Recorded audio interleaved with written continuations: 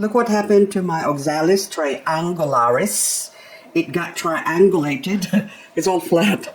Not because it's dry, but because we had low temperature for the last 3 days. So we had a low of 4, 5, and 6 today. And straight away, this poor thing has decided to flop it down. So that goes to show that weather do really affect a lot of the plants. So this one will go dormant during winter, and when it's hot, that's when they grow. So now this one perked up because for the next coming days, we're gonna start getting warmer weather again. So it's good to pay attention to the weather to determine what the plants will be doing or what condition they should be in, whether you're supposed to bring them inside or leave them outside.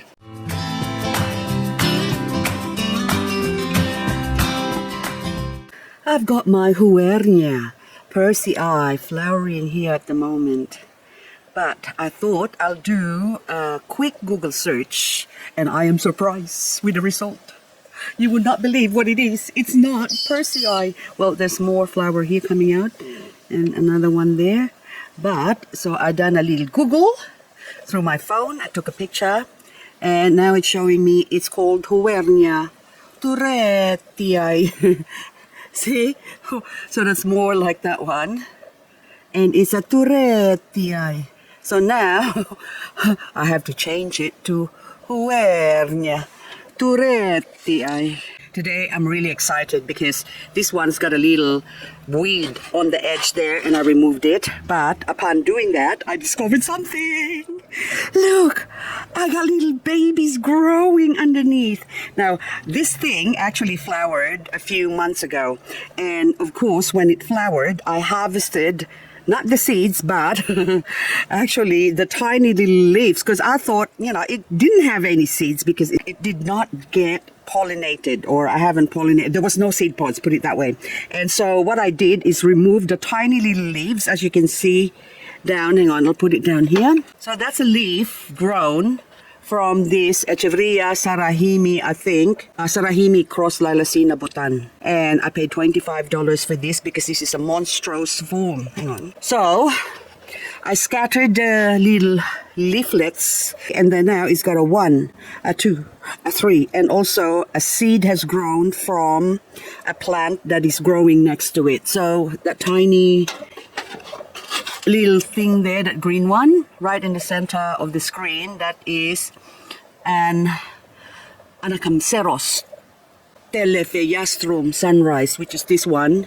It's also got a seed pod here, which I'm not even gonna, I'm just gonna scatter it there because I don't like wasting things. But this one, I don't really want it because it's not variegated. So I prefer to keep the variegated ones, although this one's, the non-variegated form of the Anacamceros Sunrise, is actually a fast-growing plant. I just want to see my purple delight here. Are you still delightful? Oh, look, from one plant to, this is variegated, Graptopetalum, a 1, a 2, a 3. Of course, I chopped this off. And the mother plant, or the head that came from that stem there. So actually, 2 heads. Hang on. Oh, also this leaf here. I need to take that off. Oh, look at all the leaves. So the babies. Okay, I'm going to put you here now. This is what I prepared earlier. This is actually from my Compton carousel. And this one, I'm trying to dry it so as to kill all the nasty fungus gnats that's living in it. And I think they have moved out. So when there's no more plants in the soil, they tend to leave that unless they're leaving off some bark or little leftover roots. I can't see any nasty little wriggly, wormy looking fungus gnats. So I'm just gonna put that there for now. Take them off. These are all now babies. Okay, yay! Look at their roots. Okay, I'm sorry. I just have to hide you for now. I will get another soil later on for you. And this is how I talk to my plants to know everything's okay. So my baby's over here. My daughter. Well, she's my baby. She'll always be my baby. She's 36, my youngest baby. She'll always be 16 in mommy's eyes. But anyway, so we spent all morning, the wee hour of the morning, talking. So she comes over and stays with me once a month. So she lives in Sydney and I'm in Canberra, so it's like 300 plus kilometers away. But anyhow, so I lost a little bit of my voice, but I sounded like I've got a bathroom voice now. Because when you're in the bathroom, the sound is sort of like all close off, and it just sounds so sexy. But anyway, this one now, my blood moon, I actually chopped this off a few months ago, and of course I put all the heads in here, and look, they're all taken and growing, and that one can stay there because it can survive the winter. And speaking of winter growers, so this one I actually put this, well actually first off during, I think it would be spring, end of spring, when I propagated this, and then I put it out in the open, and so it's been living its life out in the open, and it was nice and colorful because it was all bred like this mommy plant here. So this is the mother plant, so it kind of looked like that, but the soil got compacted. So the soil on this one got compacted, and of course the plant sort of started wrinkling, so you can see the wrinkly dink one still there. And what I did, I soaked it just to hydrate the soil, and of course I remove all the hanging plants and put it into the soil so it'll have contact with the soil. And look what happened. This was all red before, so you can see the photo, so the before on the left and then now the after on the right. That's what it looks like now, and that's what it looks like back then. And this would only be less than a month ago, and this plant straight away, look, have taken roots already. I put it in the shade, so when they're grown out in the open, they will color up nicely, but they're not going to grow in summer because they're supposed to be dormant in summer. They're actually not dormant in summer, they're dormant because of too much heat. So if one provides a cool environment for them, to encourage them to grow basically, then they will still continue to grow, even though then they're supposed to be in the season where they're supposed to be dormant. And also this other one, the same as well. I have to block this. There you go. So that one is the other bowl that I actually propagated. So put them here. Now I've got a 1, 2, 3 bowls. By next year I will have 3, plus of course I got a couple that I propagated and is still being tortured. I should say some, because I've got this one and that one and this one. Look how beautiful that is. My Orthona capensis, I should say one of my favorite succulents, if not the one, because I like purple. That's my bird color, or birdstone, or is it bird color? But anyway, so I like purple and purple rain and amethyst and whatever else. I like pink. Who likes pink? I like pink. And this one too is going pink. What's your name? I just saw it. Needs to be cleaned up. So a lot of my succulents needs to be cleaned up now that the weather is cooling down and then it starts warming up again. Then I can work on the garden a little bit better instead of hiding from the sun and the heat. And also red velvet here looks shocking during summer. It was all pale and ugly, and it wasn't like a just pale color. It was like a dying color, you know, like, but now it's starting to punk up again. See the colors coming back because we had those there's actually snow in the mountain apparently, and so now we had 4, 5 and 6 degrees low. And so the plant straight away, or the succulents, responded and saying, yay, we can be pretty again. My Pat's Pink here, I have not even paid attention to this one. So what are you? It is Pat's Pink. Yes, Sedum Pat's Pink. And look at you, gorgeous. I think you were gorgeous before, but then now you're still acceptable gorgeous. Look at that beautiful orange, isn't it? And that's just going to intensify when the weather cools down. It's alive! It's alive! So, my most favorite Ionium, Pink Witch. This is not my standard pretty pink witch. Okay, this is already babies that I propagated. And hang on, this is actually sort of the one that I put through the ringer. So I put it exposed to the sun, and of course during summer this poor thing sort of like that, close off. And before it could fully close off, and then I thought I better put it in my 50% UV shade cloth area so it can catch up with the other pretty ones. See, look. So this one has been here for a while now, actually the whole entire summer. They were here, I kept them here, and this is my mother plant, and these are now all babies, and those are the babies as well. A couple of the babies actually died from mealybugs, so you got 1, 2, 3, and look, Seashell Fairy, what do you call this thing? Ionium is dead. Someone just asked a question about Echeveria Seashell Fairy, and I thought, I had a Seashell Fairy, but it's not Echeveria, it's Ionium. So anyway, so this one is Pink Witch as well. So Pink Witch is a really tough plant. I'm really surprised that it is that tough. Anyway, so fireworks, sorry, it's not Pink Witch. So Black King Kong, look. And then that one is fireworks. King Kong as well. So this one is King Kong. So King Kong is not a very King Kongy plant. Pink Witch, I got a dead Pink Witch, a 1, 2. But in comparison to the other ones that has grown, it is quite amazing. So it's a very, very strong plant. So I think on my list of top Ionium to have, I gotta put Pink Witch as my all-time favorite. But of course, in saying that, I can't get past the colors of Mardi Gras. And also, I think just the thought that once upon a time, this plant cost $700 for one cutting, that is. And so I think, but it's still alive, so I got 1, 2, 3, 4 heads. So this is actually a very good investment. Okay, I'll take you here. And this is also known as fairy dance, and I will show you why it's a good investment. Because how much did I pay for you? $12, I think. Hang on. Yes, $12 I paid for these 4 heads.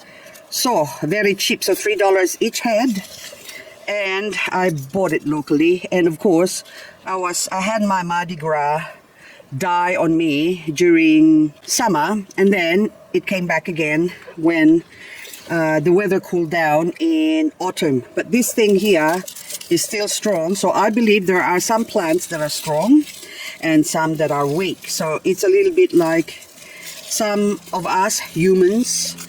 Some are born like tough as nails, like I am, and others are quite weak and sickly. So it's just their nature. But all I'm saying is that there are plants that are just worth having, and there are plants, oh, look at that contrast, isn't that beautiful? I should probably put them together. So there are some plants that are worth having, and there are some plants that are worth foregoing and not waste your time. I'm just talking about plants, okay? Not people babies. With people babies, we love them and we care for them no matter in what form they come in. Even if they come in this form. This is my Sutar crested. Look what happened to it. So I find that this plant as well, even though it's an Echeveria, it doesn't like the hot weather. Because this particular one coming from the same plant, why are you almost dead? And then that one is almost alive. So it's the same plant, and yet this one is Mont. Also, it is also known as Echeveria Mont, but that's also Sutar. But this one is also crested because they came from the same plant. Some have grown normal like this one, but that one is still crested. So in saying that, I will still try and save those 2 branches there for autumn growing to see if they'll grow. But I'm not holding my breath, but I will still propagate it. But I would prefer to propagate a stronger plant like this one here instead of that one. Do you agree? I am liking the look of this area here. Look how healthy they are. Except for that one there. And again, super milky. Again, I hate that plant. I'm sorry, hate is such a strong word, but that's all my super milky. They grow again and then they die again, so that one's still okay. Yeah, but I don't think that's super milky. That's, I think, something else. But anyway, I got news. I just got paid. No, I did not. You know, my intro on my videos, like the main videos on my channel. Hello there, my name is Liz, a self-confessed succulent addict. guess what? I am not a succulent addict anymore. Woo-hoo. That's probably a good thing, isn't it? Well, in the sense that I have lost my appetite. I lost my appetite in buying succulents. Well, I'll try. I have a look. And then I thought, really, I don't need it. That's nice, but I don't need it. Should I? I haven't bought succulents for a while. You should really buy succulents. I don't need it. So that is the dialogue that goes on in my head at the moment. The last few, I say a couple of weeks, really. So if I'm just going to be realistic about it. So, and that's why I am just going to grow the plants that I've got now that are strong. So like say, these Sediveria. I know, Alice Evans, variegated. Oh, look at that. So started from 1.5 plant, I think. And then now look at that. So that's the mother plant, which has grown a lot of babies. And I am waiting for autumn to propagate this because they don't like being propagated in summer. So soon I'm going to show, I'm going to do propagating videos of plants to propagate at the end of summer, because summer we only have a couple of weeks and then that's the end of summer. But that last couple of weeks is also the best time to propagate some plants that are dormant in summer. So this is my Alice Evans. See, look at that. Hang on, I'll go over here. Look how big and strong that is. Oh, look at that. So that Echeveria Sagitta something, Agita Rose. That's it, not Sagitta. It's Agita Rose. I think Agita Rose might be a variegated version of Sagitta, which is this one. This is Echeveria Sagitta. It had mealybug yesterday and I sprayed it. I didn't even touch or pluck it out. I just sprayed it with my Eco Pest and now she's okay. She's looking much better. So, and then the mealybug as well, gone. Because normally they would just hang around. See, can you see that little cocoon there?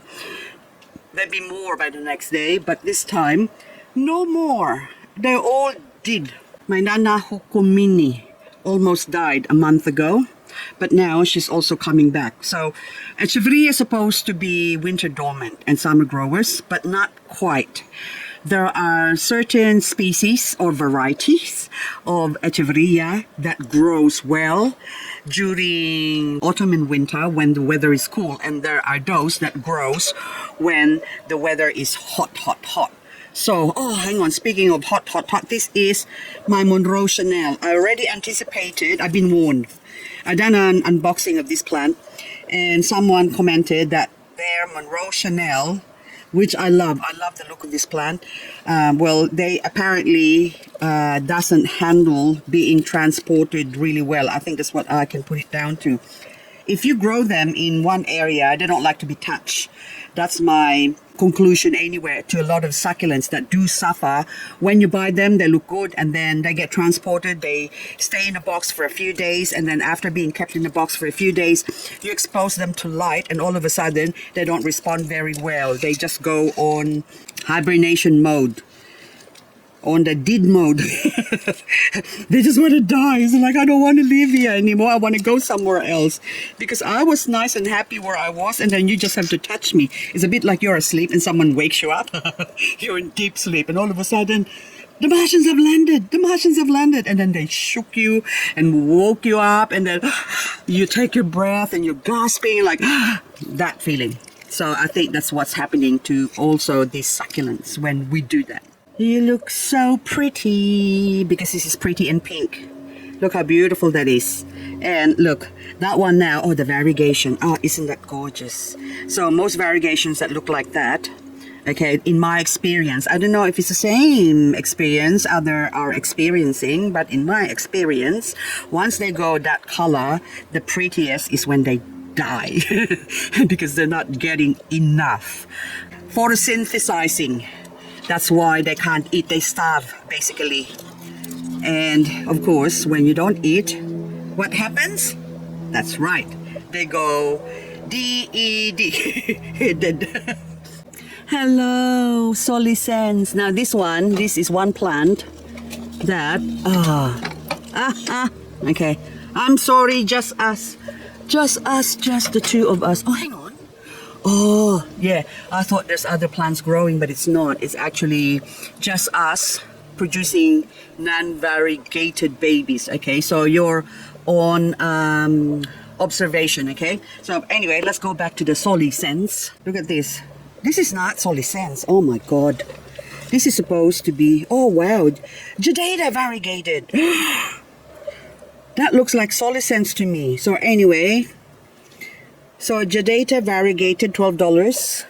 I bought it from someone, but that looks very much like Succulents because my Jadata, are you Jadata? Kind of looks different. So this one has to grow some stolon for me. See, that's my Jadata here. Hang on, put you there. And then Jadata is not doing very well. This is supposed to be summer growers, but I think the issue with this one is that the soil, it needs to be transplanted. So I don't think that's the same plant. See, I mean, it's shaped the same, but I think I swear that's Succulents. So this is the thing, when you buy some plants from growers, maybe they get confused, and also where they buy their plants from, maybe they get given a wrong name. So that's why it's very, very hard. You have to be vigilant when you buy succulents to confirm and reconfirm again what you're getting. Hang on, I'm just gonna rearrange this while I'm chit-chatting with you. Oh, my big red, where's your mama? I chopped this off and the mama is somewhere. It should be big now, but I can't remember where I put it. But anyway, this one now I have to put you here. My Just Us, you go there. And hang on, I'm rearranging these ones here, and I don't even know where I could put this one.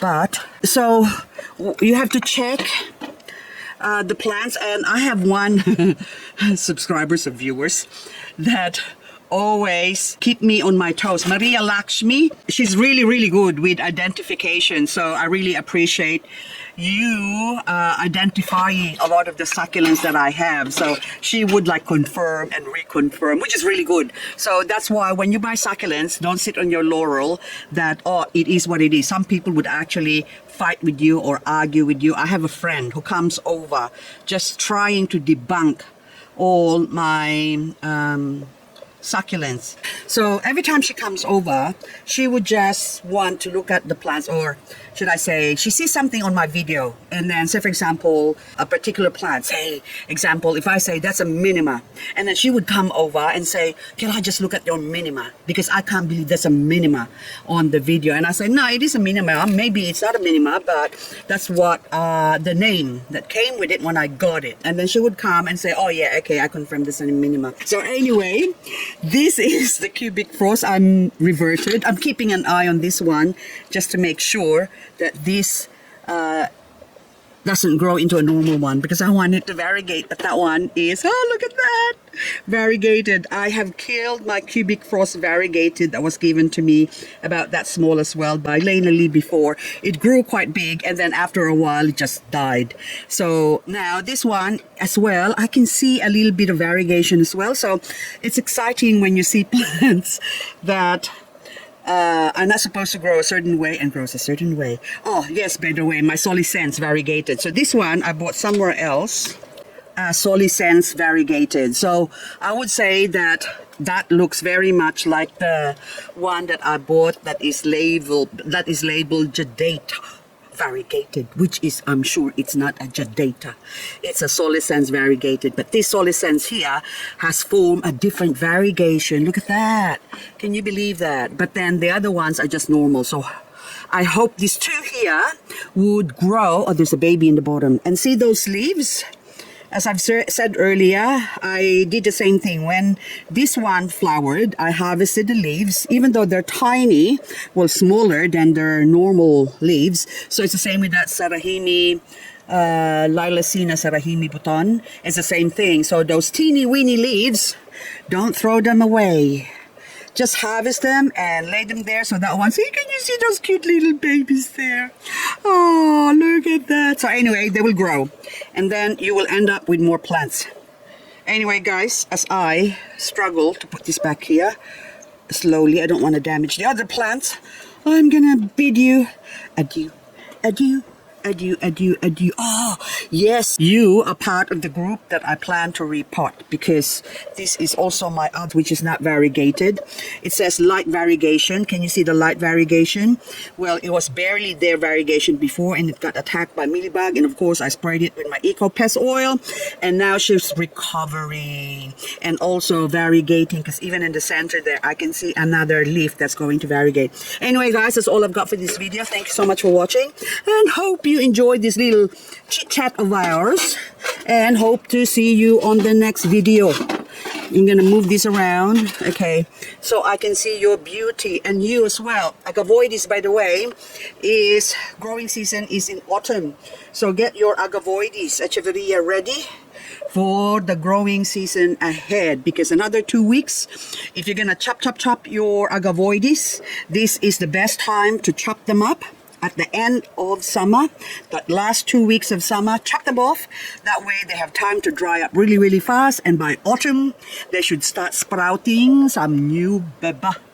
Are you gonna chop you? Am I gonna chop you off as well? This is my Chihuahua Yansis variegated. I'm contemplating. Let's see how I go. This is my breakfast: piece of salmon, homemade radish pickle, homemade tofu pickle, and of course that one is a shop bought, and of course my dessert is cream cheese and jam on Esteban. So with, of course, to wash it all down, I have soy coffee with it. Okay, we start off with the seaweed.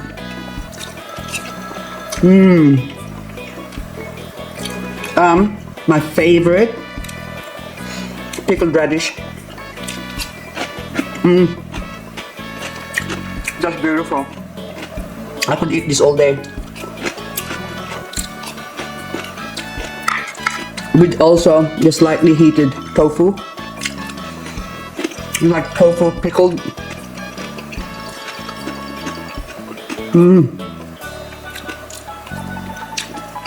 But slightly heated, and of course we have the piece of fish.